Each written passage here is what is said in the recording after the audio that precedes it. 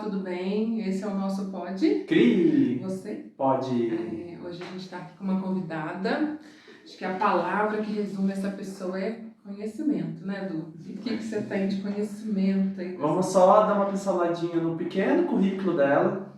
Ela é terapeuta, professora, facilitadora de constelações sistêmicas e diálogo de vozes terapêutico. É bacharel em psicologia, fonoaudiologia, é mestre pela FMUSP e estudiosa da abordagem integral, com formações pelo Instituto Evoluir em São Paulo, Instituto Integral Brasil e Integral Coach Canadá.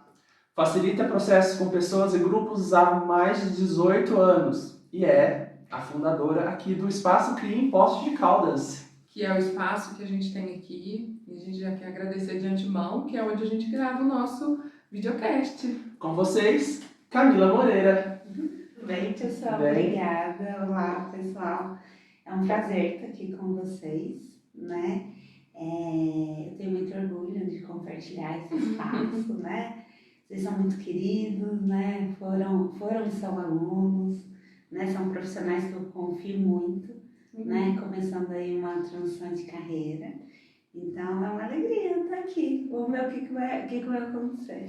Hoje a gente vai falar de um tema que a gente não gosta, né? Que a gente não estuda, né?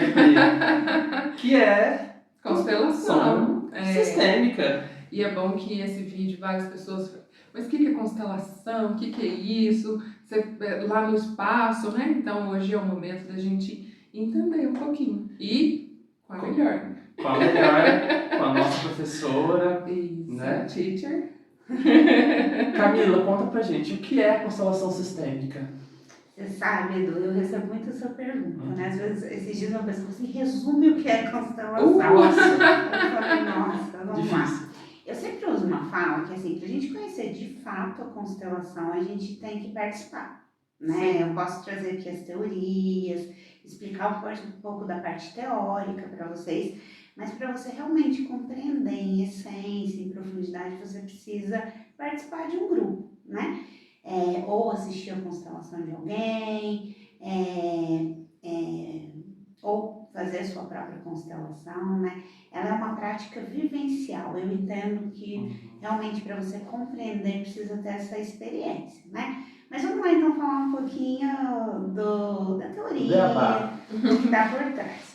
Eu gosto de pensar a constelação como algumas vertentes. Então, eu costumo dizer que existe a parte filosófica da constelação, que é a filosofia que está por trás da prática da constelação, né? Muitas pessoas têm experiência com a prática, né? Igual eu falei, vão participar de uma constelação, passam pelo processo, mas acabam não conhecendo toda a filosofia e teoria por trás da constelação. Então, a constelação tem uma parte filosófica, teórica, e ela tem uma parte técnica, terapêutica, né? Hoje, recentemente, acho que vocês sabem, eu tenho estudado as constelações estruturais, né? Que para mim é uma novidade, apesar de não ser nova, né?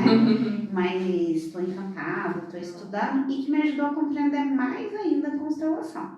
Então, eu venho de uma formação, vocês tiveram uma formação, né? Basicamente da constelação fenomenológica, que foi criada pelo Bert, né? Eu estudei com uma professora alemã, que também estava junto com o Bert nesse processo de construção, que é a Mimansa, né? Que é uma professora querida, né? Quem tiver a oportunidade, de vez em quando ela faz alguns eventos ainda, então vale muito a pena conhecer. Acho que o que a gente tem de mais perto da fonte hoje é a Mimansa, a Sophie, que é a esposa do Bert, né? Que segue o trabalho dele. É sempre bom a gente chegar o mais próximo possível, né? Então, eu venho dessa formação fenomenológica. O que a constelação fenomenológica tem, por exemplo, de importante? A vivência, esse movimento do sentir, da alma, né? Então, são vivências muito profundas em que a gente não vai trazer tanto a teoria, o racional, a gente vai mais para a experiência, né? E recentemente, estudando as constelações estruturais, né, eu percebo o quanto a gente também tem como entender a constelação com mais estrutura, né? Então, na constelação estrutural, a gente vai fazer uma anamnese maior, a gente vai ter né, os campos que já são ali determinados, como que eles funcionam e tal. Mas por que eu estou trazendo essa diferença hoje, né? Porque na constelação estrutural a gente vai falar de uma terapia sistêmica. Enquanto o Bert, ele trazia uma outra fala de que constelação não é terapia, é constelação.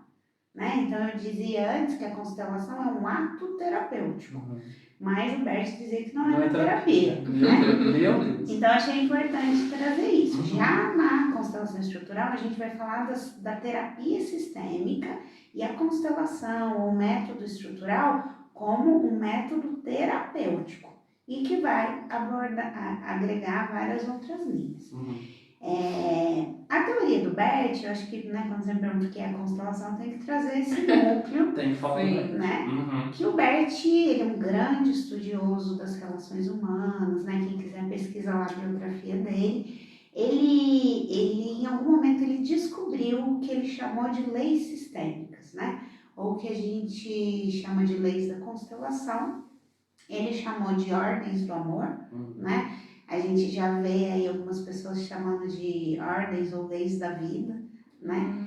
E uma coisa que é importante quando a gente fala de ordem, de lei, no caso da constelação, é entender que elas são leis naturais. Elas não foram inventadas pelo Bert, elas foram observadas pelo Bert.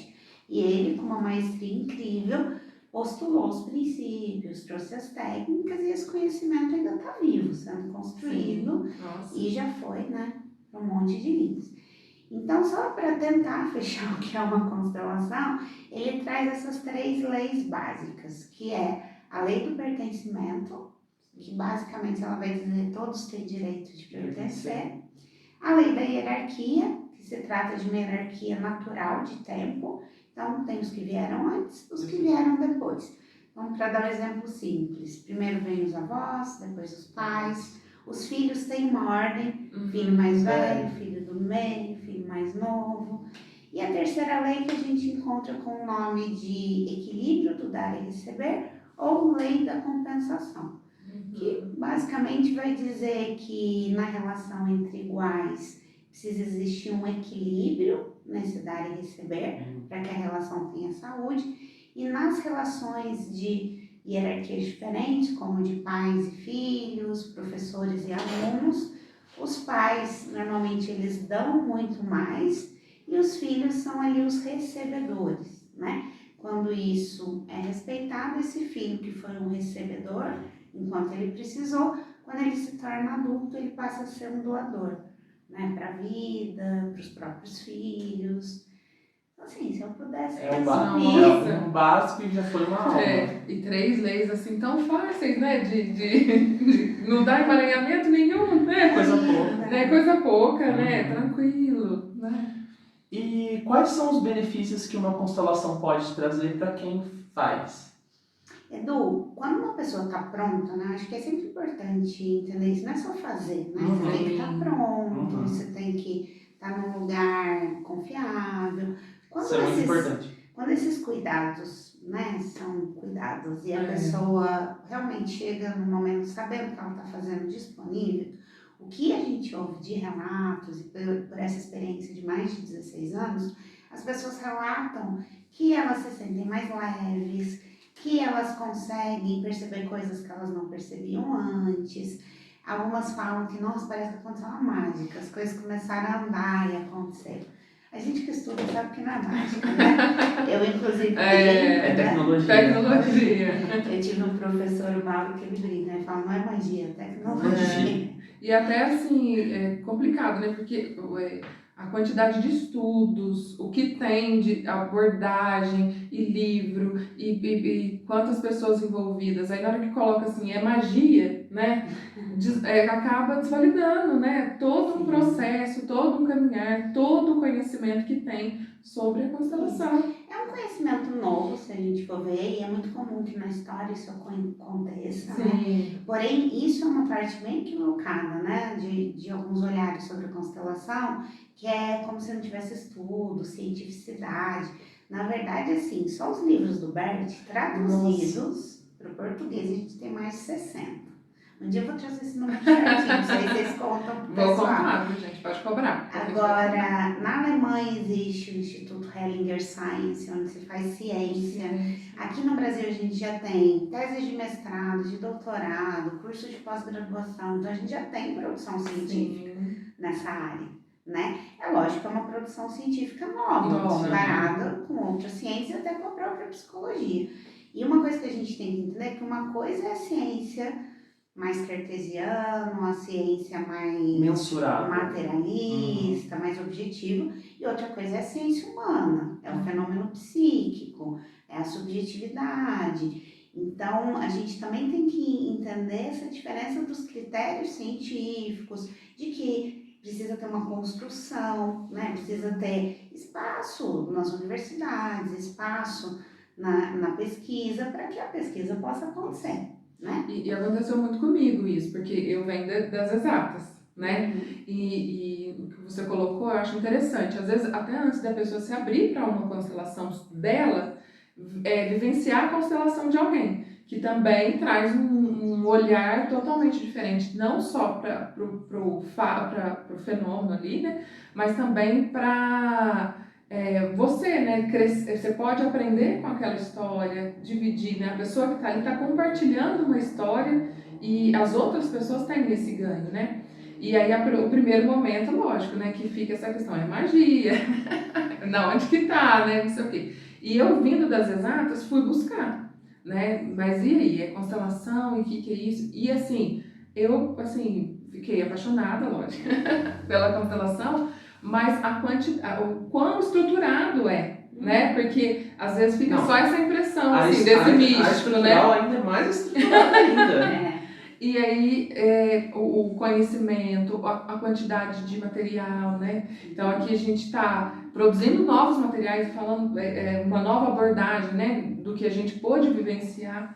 Então, assim, colocar só assim na magia é muita caminhada, não é só... Muito estudo também. E eu sou a prova disso, a gente entrei, vai fazer um ano? Acho que um ano já, né, no estudo. E quanto material tem para ler, gente.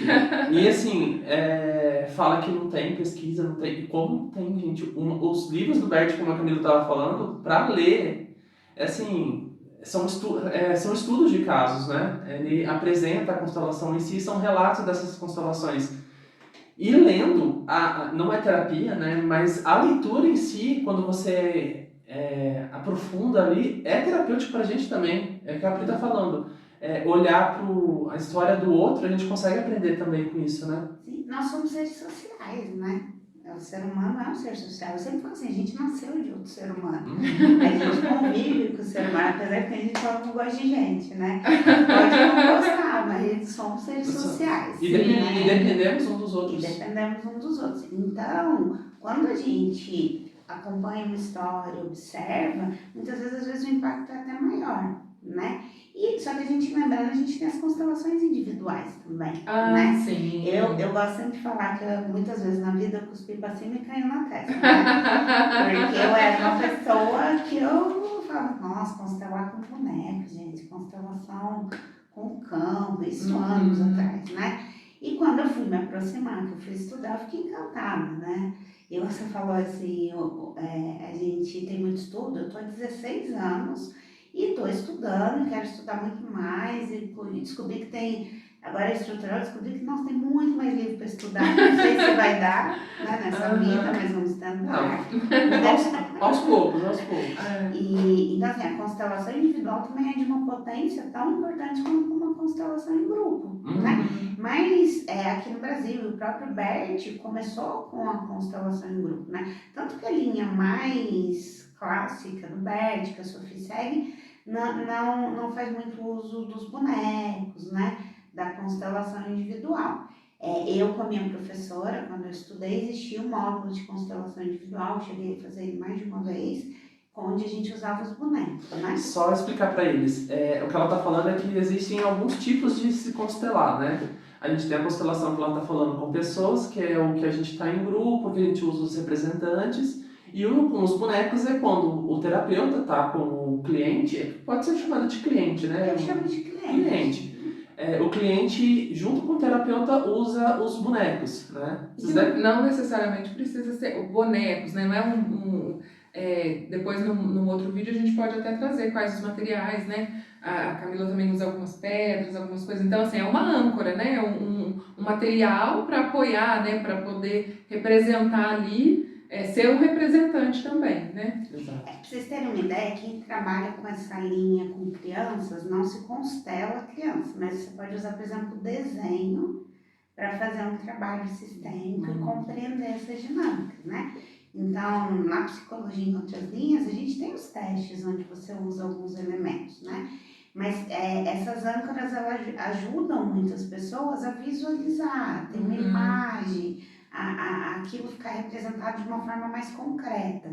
Enquanto para outras pessoas aquilo não funciona. E é aí onde a gente busca nas nossas formações, nos estudos, compreender essas técnicas, essas possibilidades, para quando esse cliente chega, a gente entender o que vai ser melhor, o que eu vou apresentar. Né? Às vezes, numa conversa, num movimento até de fala mesmo, de escuta e de perguntas, você faz um movimento de constelação sem usar representação, sem usar pessoas, sem usar bonecos, é possível.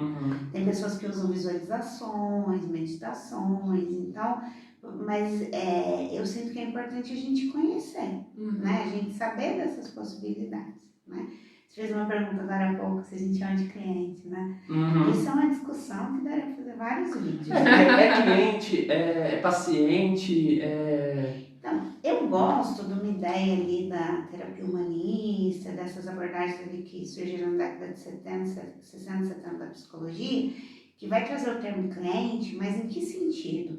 De que essa pessoa ela não é um paciente passivo no processo. Porque vamos pensar, quando tem um paciente, uma pessoa que está lá, digamos, na UTI, ela é totalmente passiva nesse processo de saúde, né? Tem que ter uma intervenção, um médico. Só que no processo terapêutico, essa pessoa ela é agente do processo. Nem sei se cliente seria o melhor termo, mas é o que se aproxima melhor dessa ideia, e aí trazendo para a constelação, de que somos iguais. Exato. Apesar de eu estar nesse lugar de terapeuta, eu ter um conhecimento, eu ter uma técnica, a gente precisa estar num lugar de iguais para que essa ajuda aconteça. Esse é um princípio das ordens da ajuda, né? Que eu falei das ordens do amor, né? A constelação tem as ordens do amor e as ordens da ajuda. Mas isso aí é só para um outro vídeo, que aí a gente especifica só as leis do amor e depois só as leis da ajuda. Aí depois eu venho falar então das ordens da ajuda, porque eu gosto mais até de falar das ordens do amor. É que do amor é mais curtinho. Pessoal, então estão todos convidados, né, a poder conhecer o espaço CRI. A gente vai deixar embaixo, né, o link, o site, acesso aos canais do Instagram, o WhatsApp para entrar em contato. Então, assim, o espaço está aberto agora para visitação. Você pode vir, agendar um momento, estar aqui no espaço, vai ter profissionais, né, que pode explicar outras abordagens, entender, né, a gente até colocou, às vezes a pessoa, mas eu vou buscar, não, aqui a gente tem pessoal com reiki, tem psicologia, tem várias abordagens, então, conhecer, vocês estão todos convidados. Isso mesmo, né, a gente tem agora os profissionais, né, que vão poder se escutar e orientar melhor, porque às vezes a pessoa ouve, alguém falou que é bom constelação.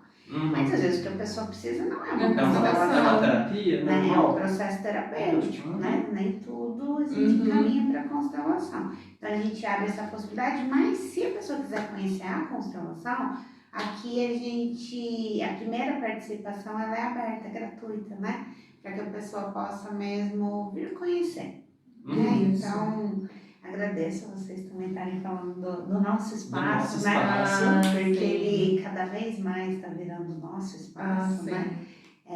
Para quem não sabe, acho que vocês sabem, a gente já tem uma história aí de quase 8 anos, vamos fazer 8 anos esse ano, precisamos até pensar em algo, né? Sim. Então, muitos profissionais, muitos clientes passaram por aqui, a gente está começando uma fase nova aí, de parceiros novos, os dois queridos que entraram além de ser aqui nosso Pod CRI, a gente também atende aqui no espaço, né?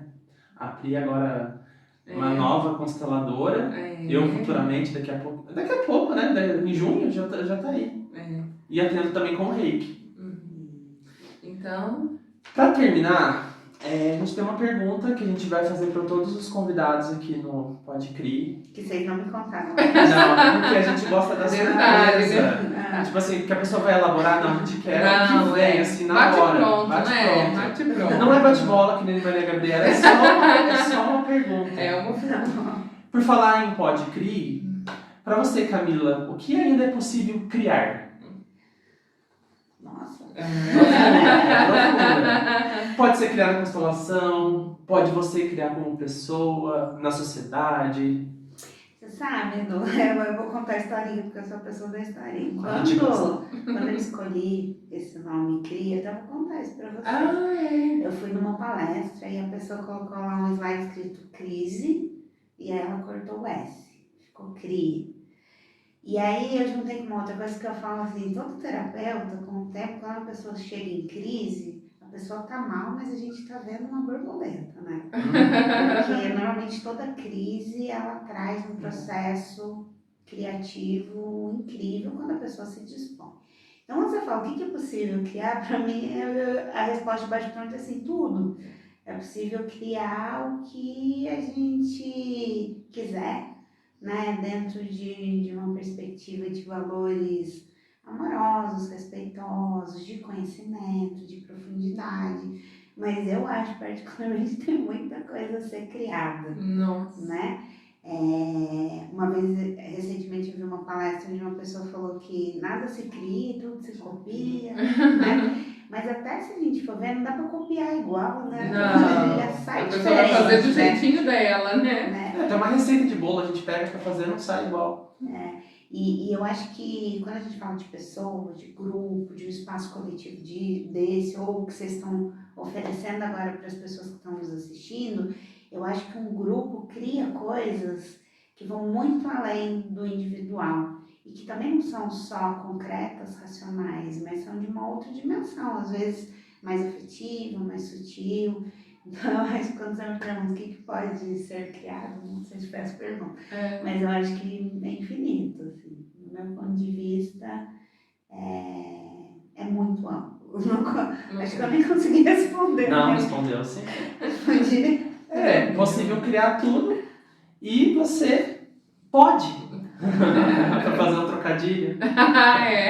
Aliás, que nome bonito, né? Pode criar. Sim. A inspiração também, né? No Bom, espaço. A gente vai encerrando por aqui. A gente pede que vocês deixem seus comentários, siga a gente aqui no canal, segue a gente lá também no Instagram.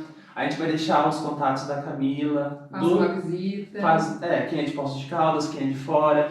A Camila também faz muitos cursos, workshops também online. Então entra lá no site, a gente vai deixar todos os contatos aqui na legenda. Segue o Espaço Cria também lá no Instagram, segue a Camila. E é isso.